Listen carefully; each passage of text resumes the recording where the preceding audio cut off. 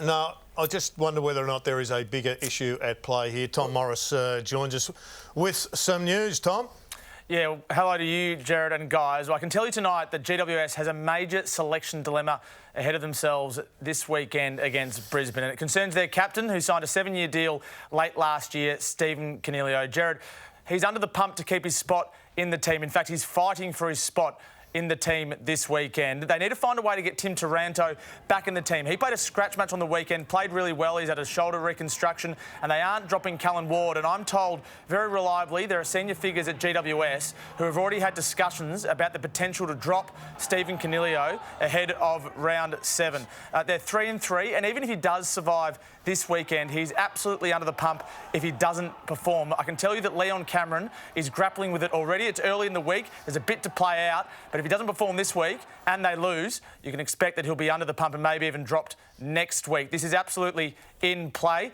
He needs to perform. And if it doesn't happen this week, as I said, this is absolutely in play for the next couple of weeks. It's their captain at Stephen Coniglio. He's just signed a 7-year deal. He's on big money, but he's not performing, and they're talking at GWS. It's been an interesting story. Thanks, Tom. Interesting story indeed. We'll follow that one, obviously, over the next week or two, particularly at selection. But Coniglio signed up on a big contract as one of the premium midfielders of the competition, and he's been moved to that forward line a couple of weeks ago, ostensibly to bolster their forward line, but maybe it was to help him find some form. Well, he's coming off that long injury, you know, whether or not he's had an interrupted pre-season. He went to Howe in that GWS game for about 5 or 10 minutes, which was a real curious thing.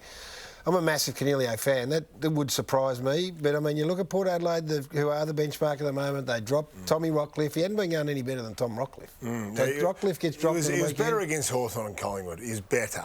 But it wasn't coming off a great base. He had an ordinary start. I think the one thing that'll probably save him, if in fact he is under the pump, is he had 22 possessions on the weekend. So at least he got his hands on the ball. I mean, second half he got a lot. He got a lot more of it. So maybe they will. I mean, they'll be praying, they'll be hoping that he's turned the corner. He's so important to them. I mean, everyone you talk to from a Giants point of view talks about his leadership and his ability to get the group together. So you'd hate this. Well, you wouldn't hate to see it, but it wouldn't be great. Be a big call, though, guys. Be a massive call. He's the heart they won't and soul make it. player. I don't think they'll make it. Yeah, I'll be very not bad surprised. to shoot one across the bow and just put him on notice if that's what they're doing. Yeah, we had a similar one only a couple of weeks ago where Tex Walker was. I mean, the mail came out that he was under the pump, and he got one more reprieve, and he found some form. But